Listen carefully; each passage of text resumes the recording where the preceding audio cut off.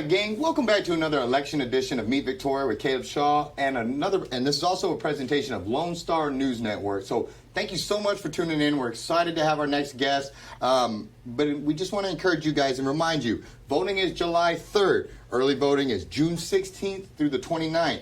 Make sure you get out and vote, and informed vote. Learn from these interviews, hear their positions, and go out and vote for your favorite candidate. So without further ado, we're going to discuss with one of the mayoral race candidates right now, a friend of mine, Mr. Emett Alavarez. Thank you so much for being here. I'm very well. First time in your studio. It is, yes, sir, and I'm glad to have you here because we've gone to war before on the same side of an issue, and what I think is neat is a lot of things we're on different sides of issues on, but I greatly respect how you have no problem getting out there and saying, this is what I stand for, this is my beliefs, and then you'll back them up. And you'll catch heat from each side. You catch heat from everybody, but I respect the fact that you go out there. And like I said, even though we've disagreed before, it's always been respectfully, and I've always tried to learn what I can from you. So I appreciate you doing that. Thank you. And now that I've given you the intro and taken all your talking points here, tell everybody a little bit about yourself and why you decided to run for mayor. Well, you know, it's been a number of years I've been thinking about running for mayor. The last opportunity in the last election, it was a pretty crowded field, if you recall, and in visiting with some of the candidates, and in particular Mr. McCoy at the time, he and I had a number of conversations and realized that he had some of the same vision and ideas that I had. He was totally committed, financially capable, and of course well respected in our community. You know, an architect, and his community service was just outstanding. So I thought, you know, this is the man who could win. I stood maybe a 20–30% chance in that crowded field, but this man could win this election. I thought and suggested to him a runoff would be inevitable. He says, "Oh no, I'm going to win it without a runoff." I said, "That'd be history. No one's ever done that in a crowded field. 4 candidates, I believe." So I took a back seat, and matter of fact, when during the freeze, when he and I spoke, I reminded him, you know, right before his passing, that we needed to start getting ready for his re-election next year. And he said, "Oh no, not right now. We got too many things to do," and so forth. I said, "Well, you know, we got to start talking about it," and we left it at that. And then we had the devastating loss that we all experienced in losing Mayor McCoy. So that kind of set, you know, some thoughts in motion about, well, who's going to be. I figured Josie would, the Mayor Pro Tem, would assume the position till the end of the term, which would be next year. And now it was determined that the city council would call a special election, and so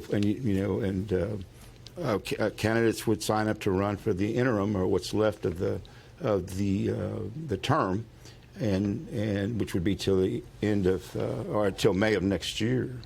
So I said, you know, that might be something I want to revisit. Thought long and hard about it, but along the way I felt pretty ill with diabetes and some other health issues most of the fall and into the winter. And I said, well, I can't do it. There's just no way. If I don't I got to take care of my health. And so started seeing a doctor, and he put me on the right track earlier this year, and on the medication started working and so forth.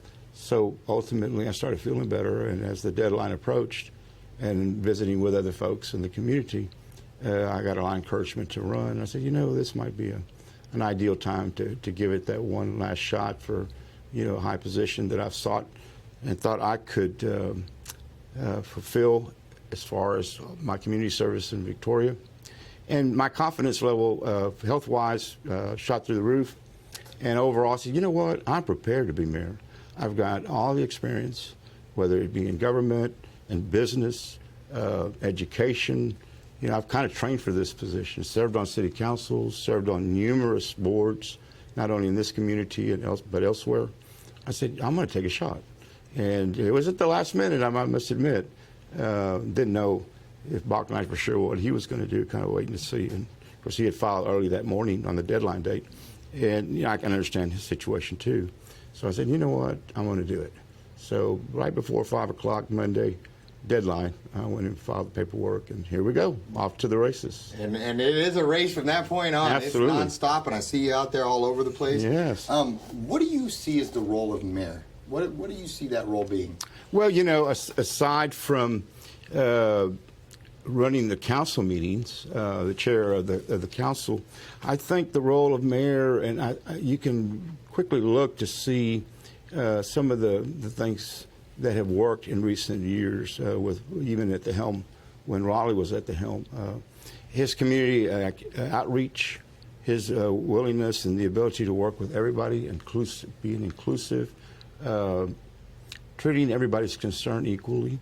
You can't always resolve them, but I think you have to have the empathy and the time and the patience to hear people out. A lot of times, whether you agree or disagree, it's letting people get it off their chest, affording them the respect, and recognizing that, yes, whether they pay a little bit of taxes or a lot of taxes, they deserve the respect and consideration when it comes to their concerns. I think more importantly, and what I'm hoping to bring to the table as mayor, is to get more of the community involved in our commissions, our boards, start looking for other people, encourage them to take the leadership classes that are afforded to them, the civic classes that we have at the city, whether it's through the fire or through the communications office, to get the citizens more engaged in their city. A lot of people that I come across just do not know the role of the city and where the boundaries are sometimes between city and county and state, and just didn't pick all that information up, I guess, during government. And you really don't. I guess when I took a lot of government at the University of Texas, and took and enjoyed my government classes in high school. And that's what kind of led me down this road. I had an excellent senior high school teacher by the name of Mrs. Sloan, and her government class was awesome. And that kind of put me on that trail. But more importantly, I think we have to look at all levels of government. We do not have, I think, enough people in there with business-minded common sense. Yes, sir. We got to run these entities as a business. And I'm always looking at where the revenue's coming from, how much revenues, where are the expenses, and what are we doing with our expenses? Are they out of control? Is there ways to cut? Are there efficiencies? And always making sure that we're sensitive to those expenses, because these revenues belong to the taxpayers, and we need to be mindful of that. It's just not free money to spend, and we need to spend it consciously, wisely. Sometimes, I'm criticized for being too fiscally conservative, but that's just the way I am. Yes, sir. And what I look at is always, is there other ways to generate revenues? Are there ways to cut expenses? I've never liked to, let's just add every year another 3%, 5% to the budget. No, what can we cut first? Yes, sir. And get rid of some of that waste, if it's, unnecessary spending or duplication or whatever the case might be, before we start talking about revenues. And then let's look at our revenues, because I'm always very sensitive about our revenues. That's our taxes, mostly. Of course, we have different venues of taxes, whether it's hotel or sales tax or property tax. I laser focus on property tax, even when in past times, it's only a half a penny increase. It's only a penny and a half. I said, well, I don't look at it that way, because a penny here and a penny at the county and 3 pennies at the school district and another half a penny at the college, before I look at the cumulative impact. Yes, sir. More so than I just look at what the city's impact will be. So, whatever we can do there to keep that tax rate, to meet our needs, not our wants, but our needs primarily, and then go from there. So I hope I can bring that kind of business sense, not that it's not already there, but to enhance it even more so. Yes, sir. And to take the input from our citizens. Right now, we know, Caleb, a lot of folks, including myself, are very sensitive about our appraisal values. and what's going on there. And you have that what's called appraisal creep, where governments can take advantage of that, and not you say, well, we lower taxes because of the rate change, but because the appraisals went up, you're making as much, if not more, and then all of a sudden you can play that game with the public that we lowered your tax rate. Well, no, you didn't. Yes. Our appraisal on the other side of that equation went up. There's something wrong there. That's been, and you've made mention of it. I think you've had folks on your show in the past talk about how to protest, but it's more than that. It's just the way the system is being constructed or devised. And I've sat on the appraisal board when I was on city council, and some of it is unfortunately so routine. And as lay people ourselves sitting on the board, we depend on the chief appraiser and his staff. They're the knowledgeable people on the subject matter. But I think we're going to have to really work with the state legislature, our comptroller, Glenn Hager, and our state rep and state senator, Cocourse, and say, it's not just us. I think it's just statewide. And something needs to be done about this, and to bring more equity or a more equitable way of increasing property appraisal values. So I want to focus on that too. And you hit a very sweet spot with me, and someplace that I also focus a lot of my time on. And one of the battles that I've been looking at, and I'm a kind of a taxationist theft type guy. And especially property taxes. I don't like that somebody doesn't own their home, really. I don't like that if taxes are raised beyond what they can pay, that they lose their home. It doesn't feel American to me. I don't like that. And I don't like that so much of the burden is placed on property owners.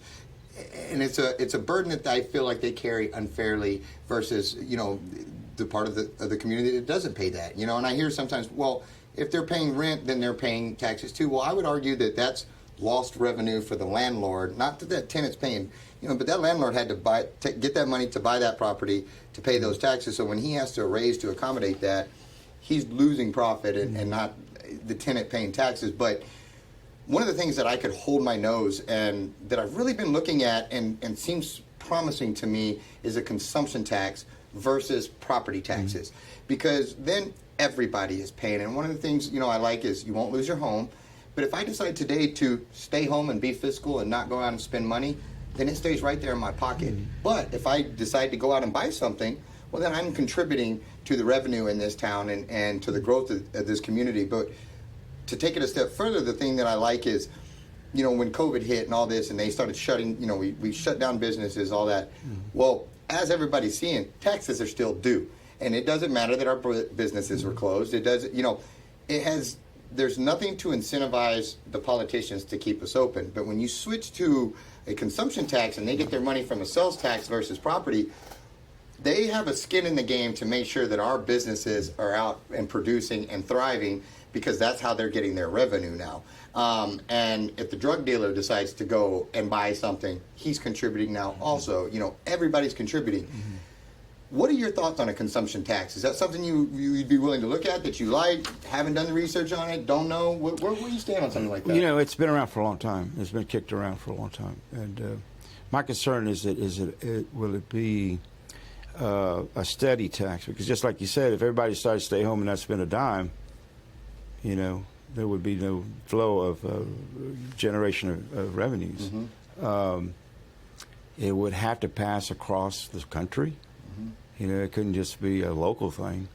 So if that's more, I guess, on the federal side, you think, or are you thinking at the local? Well, I will start with the fact that I don't know truly. I mean, it's a bottom of a mountain that I'm looking at, and what I do feel is that property owners are tired of it.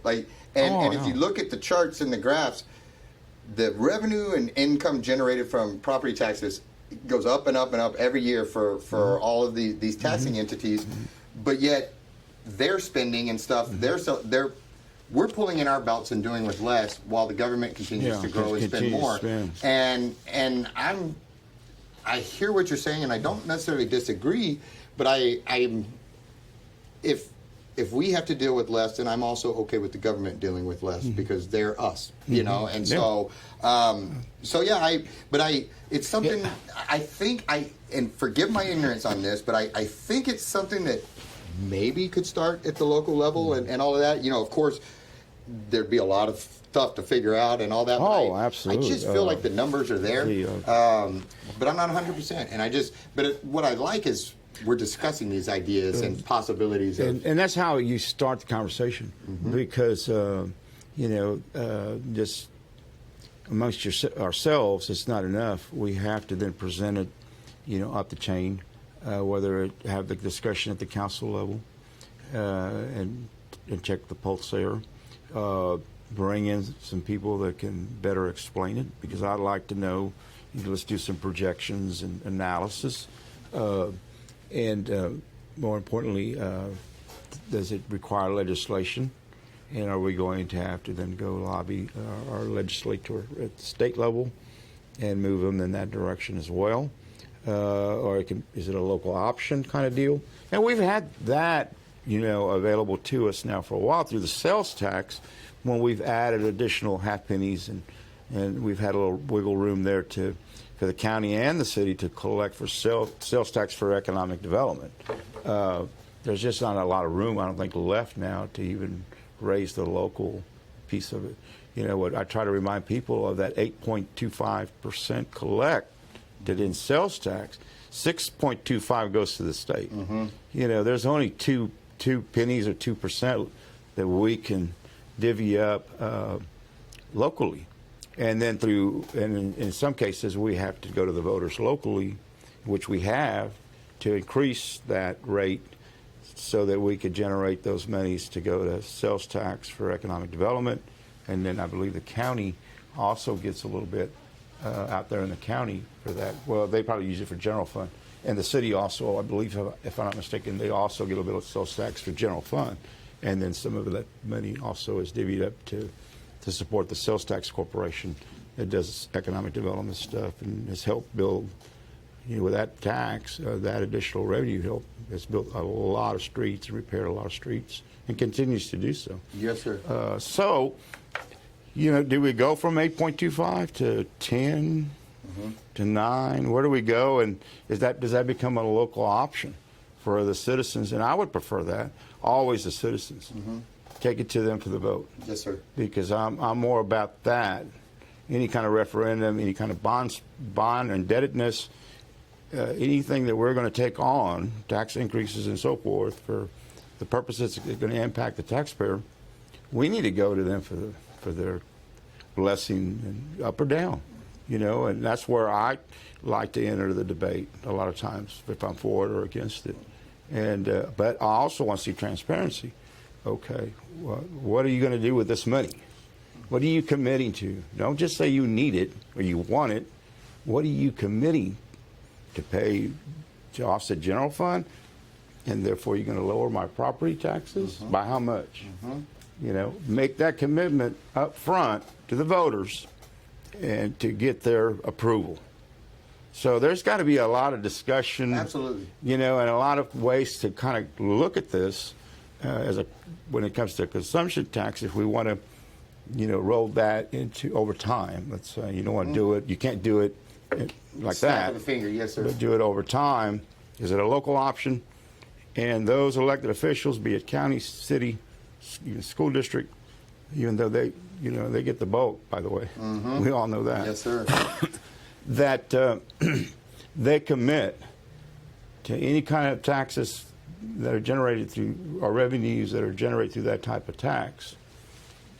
We're going to offset and bring down, the property tax rate, or Eliminate it all together. or get, yes, sir. or we'll make you a very head person and get rid of it completely. Yes, sir. No, And it may be our lifetime or Yes, beyond. sir. Before. And and I like you said, getting the conversation going, because what I feel like a lot of times is we're always arguing over the lowest hanging fruit instead of and I think a lot of times the politicians, especially at higher levels, they bank on us arguing over the lower hanging fruit instead of ever implementing change and all of this.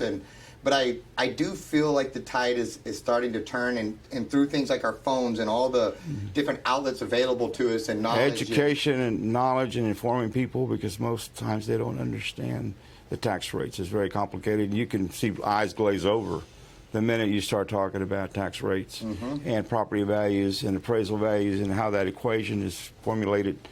And then more importantly, when they don't even call it that anymore, but how you calculate an effective tax rate. It took me a while to figure that out. Yes, sir. But once the light bulb went on, I said, oh, let me see, and then you start realizing, okay, I see the game. I see how this is manipulated and how easily the public can be deceived into thinking somehow we're getting a tax break, and we're really not.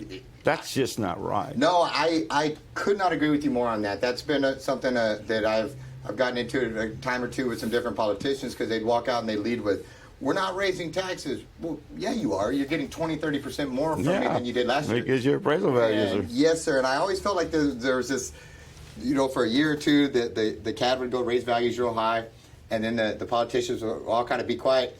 And then the next year, the CAD won't do it as bad, but then the politicians will raise the rate. And it's like they're almost taking turns. And to sum up that property taxes, one of the things, obviously that everybody always talks about is the residential side. What I've been kind of hearing through the grapevine right now is that some of the politicians are talking about is, well, the way to fix this is our commercial values are undervalued. So we need to go to the CAD and have them raise the commercial values also, because then that'll take the burden off of the residential. Well, I started thinking, first off, I don't know how that helps anybody but the politicians and the taxing entities to just get, this side's already one high, side, so let's raise this side high. Yeah. But I would argue that a vast majority of people that own this stuff over on the commercial side are the same people over here on this residential side that you just beat up. Right. And so it doesn't seem like the answer to me is, well, let's go raise the value on all of our buildings also to, and it just... You have an older inventory here of buildings. We haven't built a lot of new stuff in recent years. And some of our higher valued properties, they've been around for a little while. O'Connor Plaza, so any of the Prosperity Bank or First Victoria National years ago, those buildings have been around for a while. I took note of a business owner here whose commercial has gone up, and there, he's got empty commercial space, rental space, but they're still making that calculation based on the potential revenue. Well, I used to fuss at some of my ad sales people when they would say, well, I sold that ad. I said, well, it's not sold till you bring the money in. You can say you sold it, but until they pay, you can sit there and tax somebody's commercial. Well, you should, based on our calculations, you should be, arriving at this kind of rental income, and therefore you need to pay on that. What rental income? I don't have a renter. It's not in production right now. So there ought to be an opportunity to disqualify or to calculate any square footage that's not being utilized and not be part of a formula. Now, when it comes back into use, you get a tenant or you make it productive again. Well, I can understand that. But when it's empty, and like you've seen a lot of our space in town, and then we've got some new retail space and more coming, I'm like, oh my gosh, our inventory, our fleet of commercial space is growing with new space, but we also, because of the economy, the way it's been this past year, obviously because of COVID and all of that, I see a lot of empty buildings. And I also see a lot of very old buildings that are empty. What are we going to do about that? And what are we going to do to those tax or property owners? So, just sitting there and trying to shift burden, well, it's just the same people, you're right. The property owner, the homeowner is also the property owner of the commercial business. It's, trying to make a living to pay his taxes over here at home and feed his kids and send his kids to school and so forth and live. So you're really hitting them both ways. Yes, sir. And it's just, there's got to be a better balance. There's got to be a more equitable way of dealing with this. Unfortunately, when you go talk to the chief appraiser, one of the things that you're going to find out, well, This is the law. This is, the way, the regulations. And this is the policy. And then it gets down to us little guys down here, the board policy. Well, we can change board policy. And the regs, you can go talk to Austin and the bureaucrats, and sometimes you can make some adjustments. But the bigger impact is changing the law. And how do we do that? And I think people need to stand up. People need to raise their hands. People need to start fussing at the top of the mountain that this is enough. We just cannot continue to go down this road. It's unsustainable.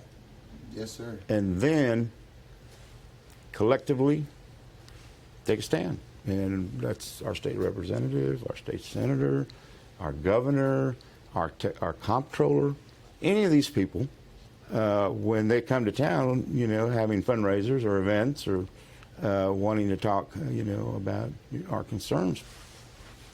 There it is.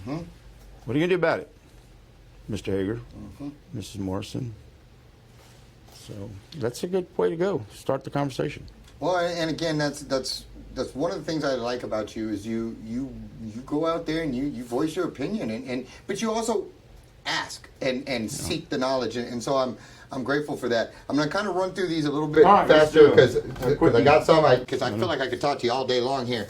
Some of the recent things in the news that have happened, COVID mandates being lifted, no more masks, kind of a twofold question. One, are you happy about that, or do you think we should extend that longer with the mask wearing, or is it more of a personal thing? And then the second would lead into COVID passports. I know there's a lot of talk of businesses maybe wanting to, maybe not wanting to require passports, all that. So first and foremost, masks. Good. Good that they're gone.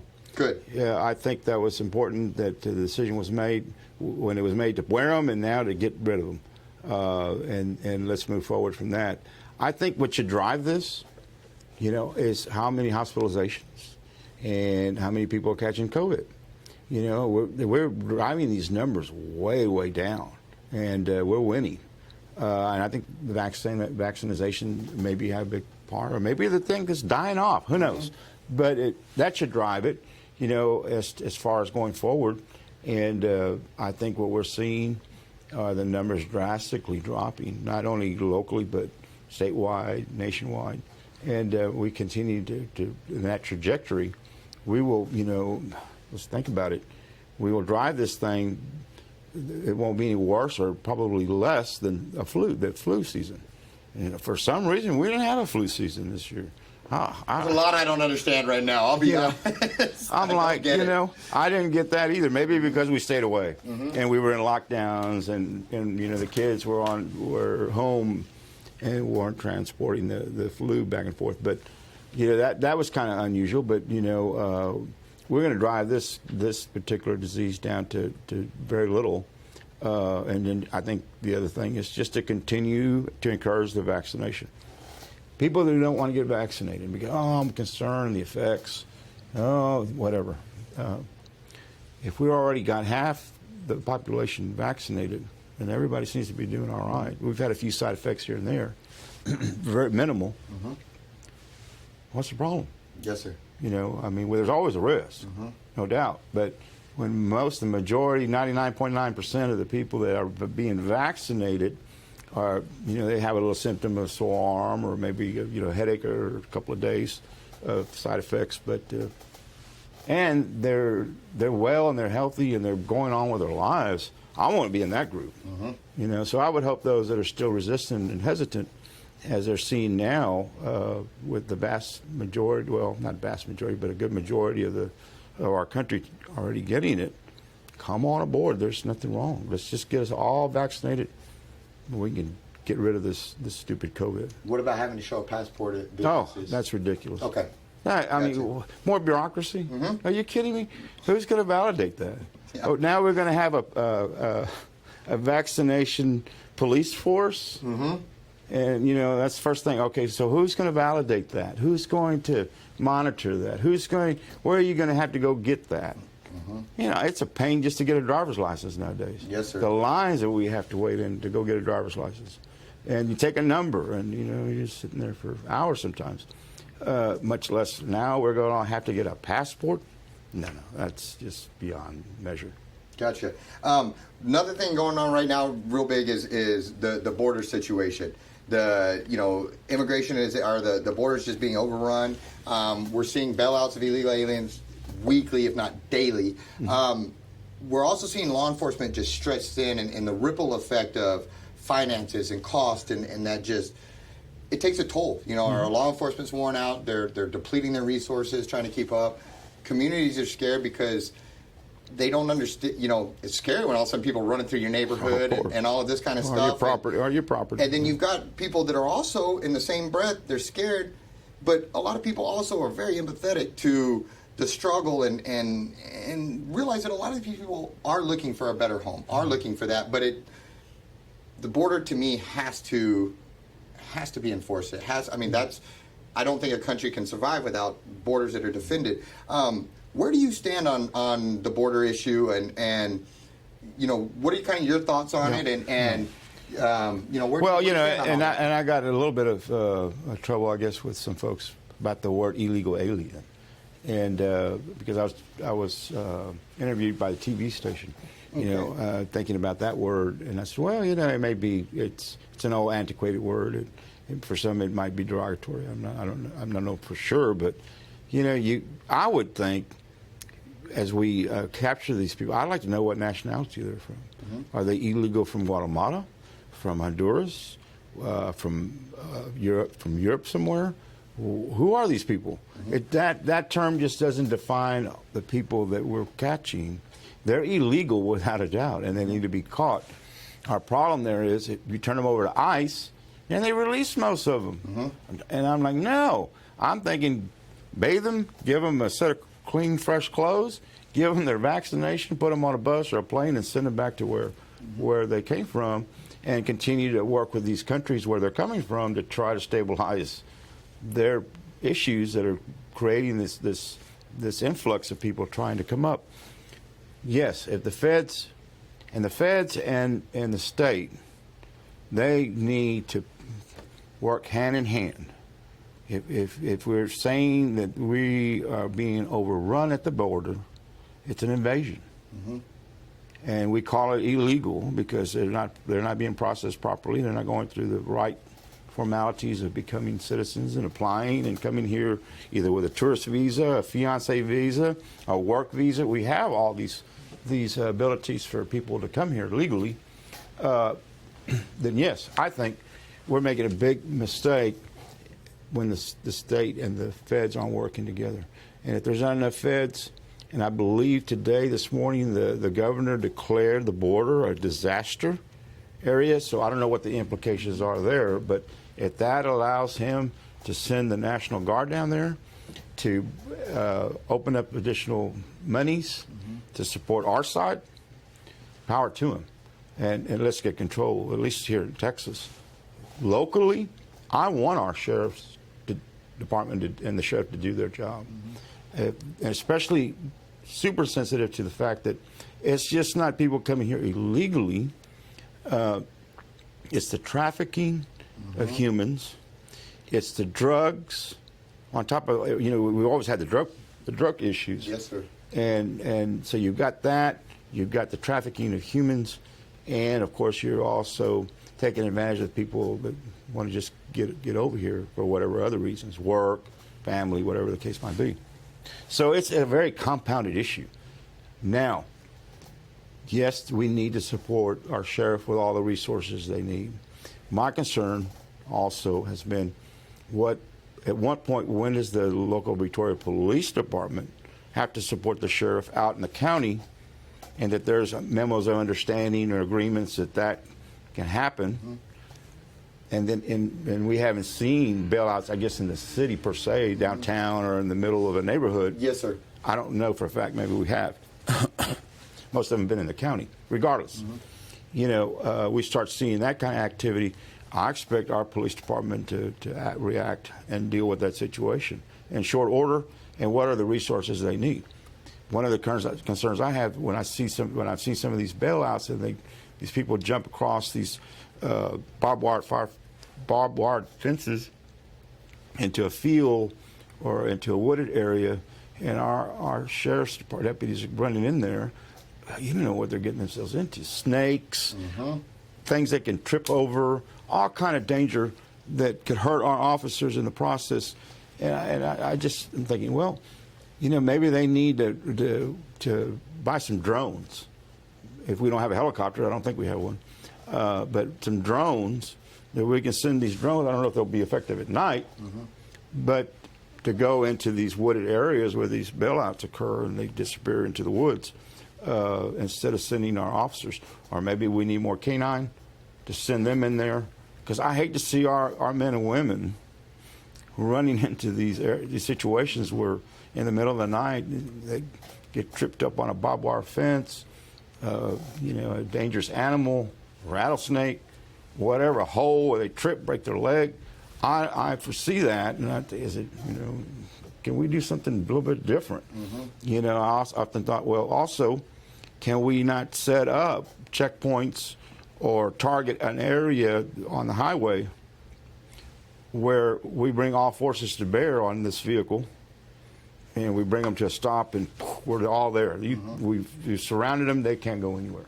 And instead of just watching them randomly pull over anywhere and everywhere because you turn the lights on, you're trying to stop them, can we do something better to set up, not a speed trap, but a road trap, let's say? Yes, sir. Yes, sir. I leave that to the sheriff and to the people that get paid for that. But I recently went out and did some dog training with them. They put me in the bite suit and all that, and I'll tell you, I agree with you that they go into some spooky situations and some scary stuff, and I agree they need all that. They need what they need, and so and we're seeing the uptick. So we're going to have to address it. And is it going to take more funding at the local level because we're not going to get reimbursed from the state or the feds? Then I guess we're going to have to put more funding into making sure our departments, whether it's our police or our sheriff, have the resources they need. Of course, we've got also the highway department, and we've got the rangers. We've got so many other law enforcement out there. But again, do we, does the governor come to a point where he has to trigger the National Guard? Yes, sir. Yes, sir. Good questions. One of these next question is I feel like this is something that's starting to cause some division in town, and it seems like every election that it pops up locally, what we hear from the politicians is downtown revitalization and the homeless epidemic. But I would argue if you went and pulled 10 random people in town and asked them what their priorities were for Victoria, none of those people are going to say downtown revitalization. And let me also start with the fact that I want downtown to thrive. I want every business down there to have a better day today than they did yesterday. I want them all to have financial success. I wish them nothing but the best, sincerely. But what I have an issue with is them getting tax dollars in downtown, because from people on the outside, whether this is true or not, this to me looks like the best example of the good old boy system. You have some of our most affluent people, some of our most wealthy people that own property downtown, and somehow those same people are getting tax dollars, and it feels like the city has their thumb on the scale for downtown. And what I'm told is, well, there's been studies that show that a vibrant downtown helps everybody. So that's why they need tax dollars, because if they do better, you'll do better. Well, I'm kind of one of these people, what's good for one is good for all, or none, and if they want to advertise Main Street, I don't think that the Main Street program should have been scooped up by the city. I think it should have stayed with the property owners downtown.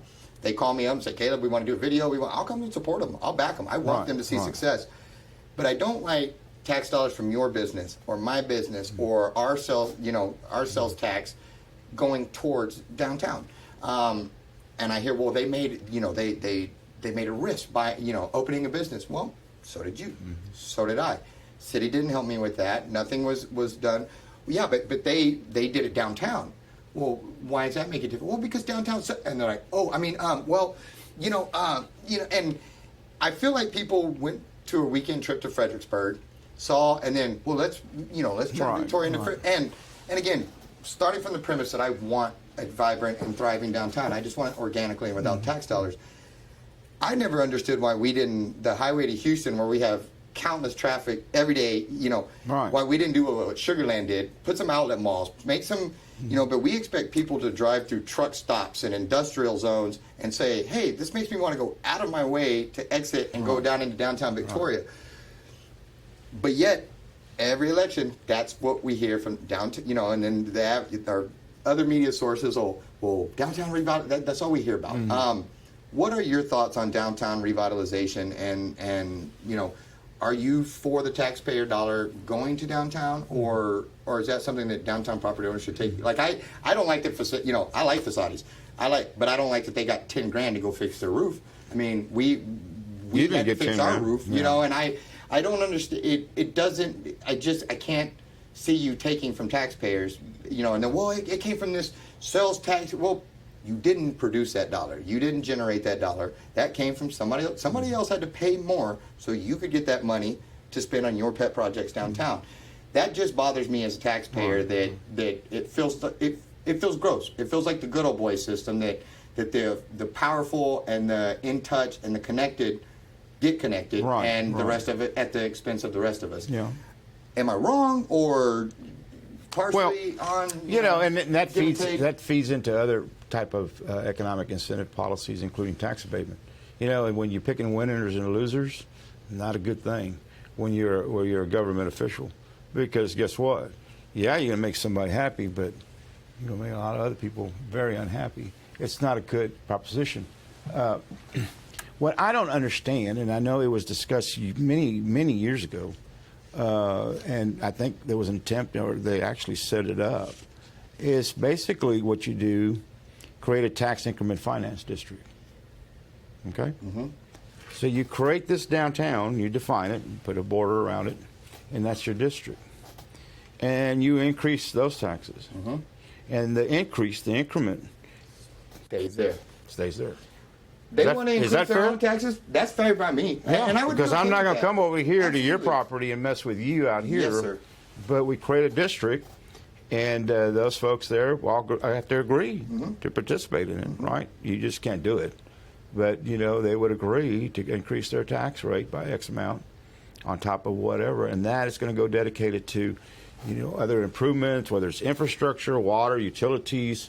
It's defined what the parameters. You just can't go willy-nilly.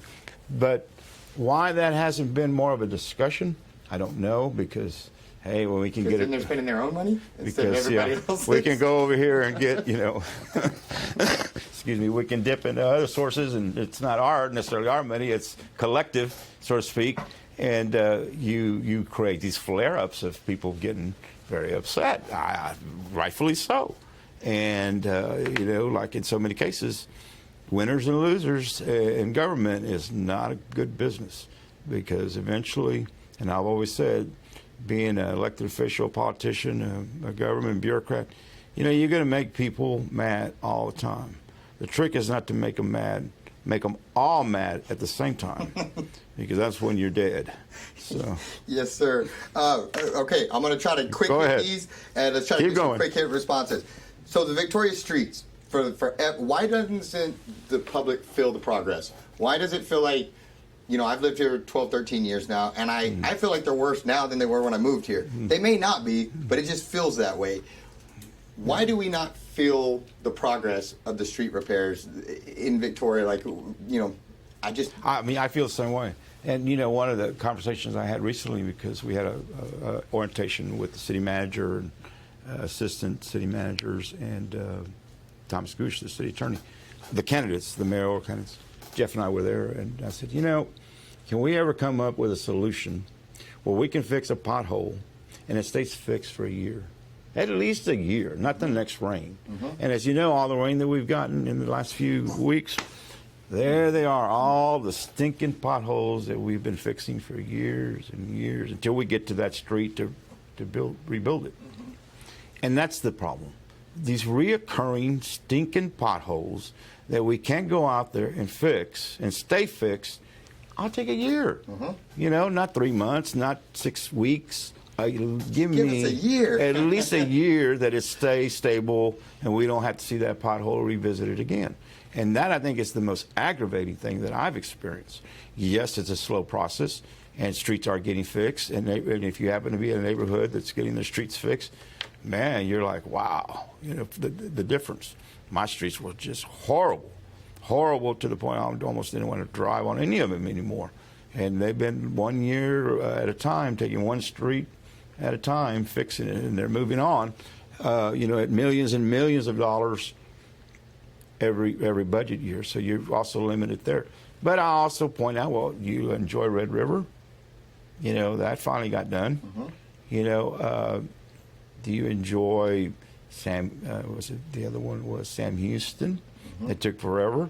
But more importantly, when we're dealing with those kind of streets and new streets, and one of the things I emphasized when I was on council was that, look, okay, we built a street for 30 years. Brand new, it's going to last 30 years. No, it isn't. Not if we don't maintain it. So how is it that state highways, Navarro, Port Lavaca Highway, any of the state highways that run through Victoria are always well maintained? They're on the same dirt, aren't they? Good question. They're on the same ground. It's no different. You know why? Because they maintain them.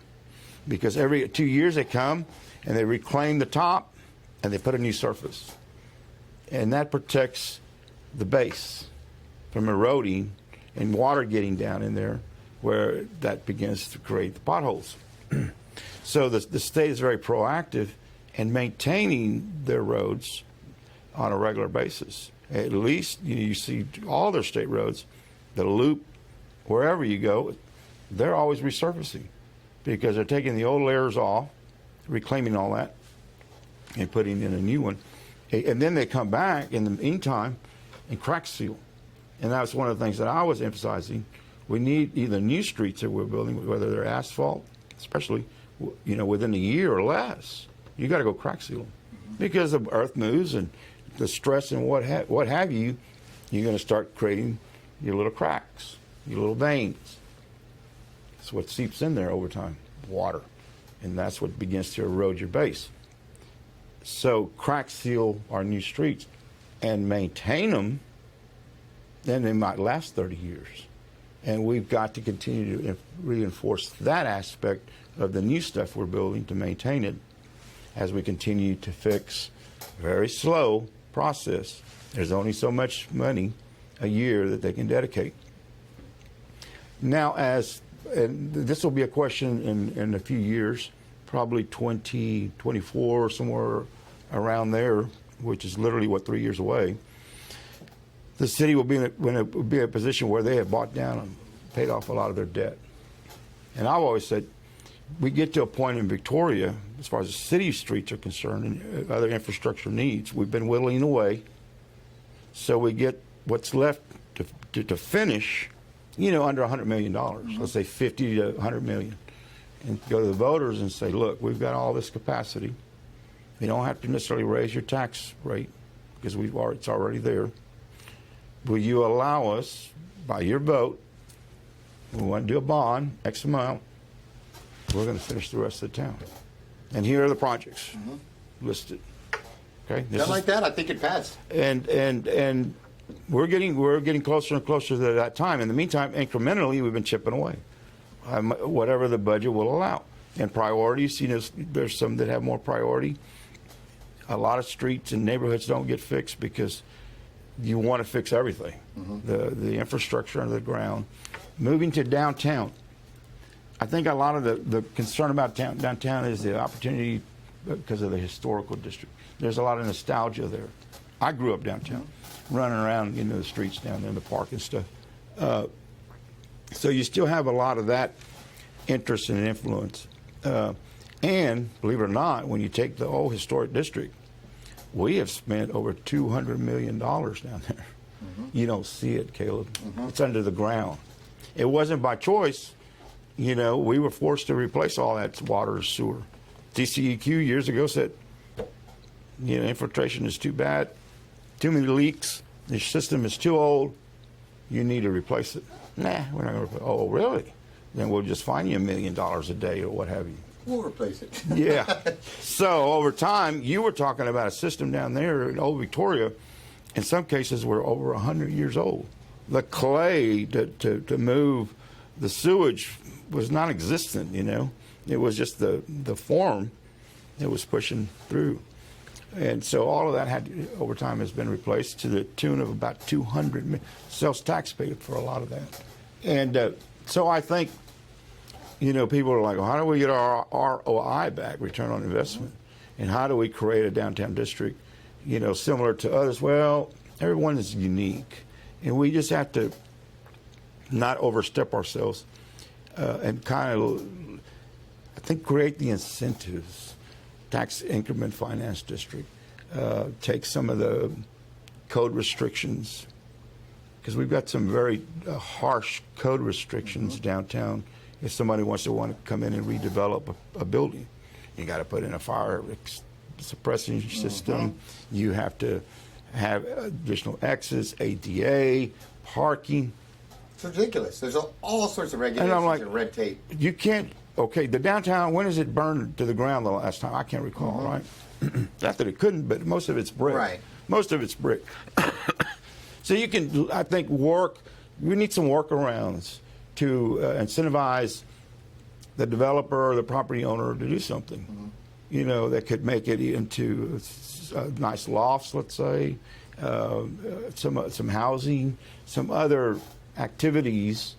Maybe it'll be entertainment, I don't know. But, look at other ways to create some benefit down there for those property owners. Tax abatement. Why not explore tax abatement? I'm not necessarily opposed to that. My only caveat to that would be if it's good for them.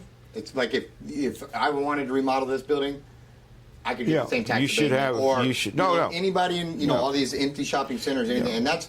I'm not opposed to them downtown getting it if everybody else can use it to remodel their stuff also. Last question, and I'm sorry, I didn't mean to overtalk you. I'm going to try to combine several things. Shoot. Basically into a budget type issue.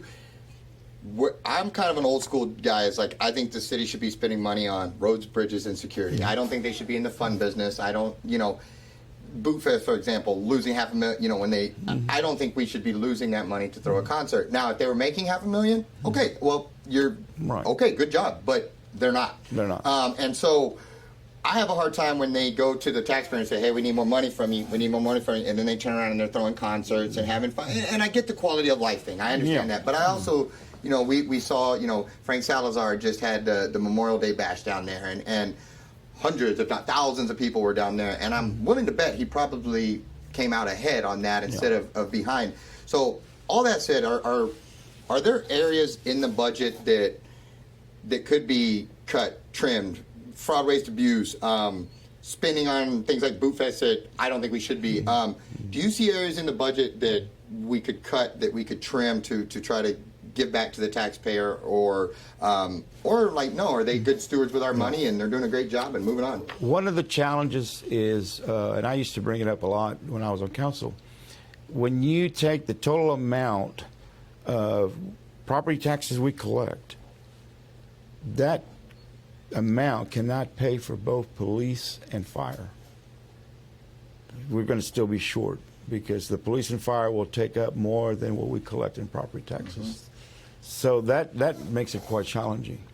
Now, and Gilbert Arenas is going to hate me for this one, but I've often in my mind thought, and when I first got elected to the city council, I thought, man, I could pull this. I mean, I'm not going to get support for it, obviously, but I wanted us to really go back to a very novel idea: zero-based budgeting. Zero-based budgeting. Everything goes to zero. No, you're not going to take what your last year's budget was and add another.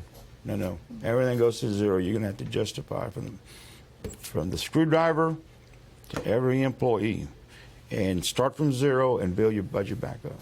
Emett, are you sure you're not a fiscal conservative? I am look, I was, like I said, I'm more conservative than most people because I didn't have a choice growing up. I'm blessed to be raised here in Victoria, out in the country. My parents were just, very good to me, and the fact that they wanted me to get an education, and they did. They sent me off to the University of Texas. I went through the business school, and the little that I know, the principles that I was learning in business, but my curiosity in government someday would kind of collide. But I think it's important now. In these days, it's very important. We've got to stretch every dollar. Dollars aren't going as far. The pressures that we're putting on our economy right now, and how our dollar is shrinking in value and what we're buying, it's just, whether you call it inflation, just hard economics, even more so. But regardless, we can't continue to just spend, and not account for it, and not be held more accountable. And I tell you, it's because people like you, Caleb, and you have so much more community, not only watching, but they're educating themselves, and they're saying, oh, wait a minute, something ain't right here. Well, thank you. But I will also extend that back, that I also think it makes a big statement when somebody like yourself that is in a prominent spot in town and looked up to by a lot of people, where you don't toe the lines that you're expected to toe. You toe the lines of what you believe and what you've done the research on. And I think that's a good example to both sides, because I think if we can get right here where you're not toeing a line to simply toe a line, you're toeing a line based on what you feel is truth and the best. And sometimes that means that you step away from your party on this side, or I step away from my, but you seek truth. And so I want to once more, tell you thank you. You've been a refresh. Like, I like that. I like, even when we're on different sides, I like your passion for it. I like that you're sincere. I've always felt you were genuine in what you say. And like I said, we went to battle on the bond back in the day, and we were on the same team, and it was fun.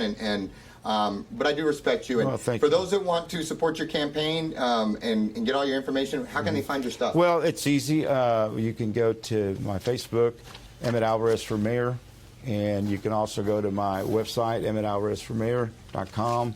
I've got a reception tomorrow evening at Veracruz from 6 to 8.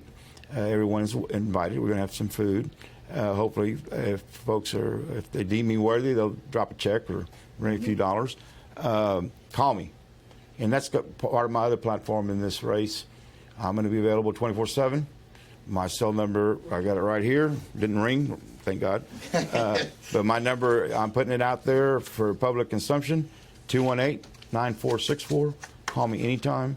During the campaign, if I'm blessed and fortunate to win, that number is going to continue to stay live, and we're going to continue to take those calls, because I know at that point they're going to come in. It's going to be a busy phone, and people will certainly take advantage of that. But even now, 218-9464, and I hope to see people along the trail. And please give me a call anytime, and let's see if I can maybe steer you in the right direction right now. Yes, sir. And because when we'll air this, that it'll come out after your June 3rd reception. Yeah, it'll be and so I apologize. No, I'll get this out afterwards. We may have another fundraiser later, right before the end of June, Roger that. Well, one more time, guys. Actual voting day is July 3rd, and early voting starts June 16th through the 29th. Thank you so much for tuning in, Mr. Alvarez. Thank you so much for your time and your what you do for the community and all you're giving back. I'm grateful to you. Guys, thanks so much for tuning in. We'll catch you at the next one. All right.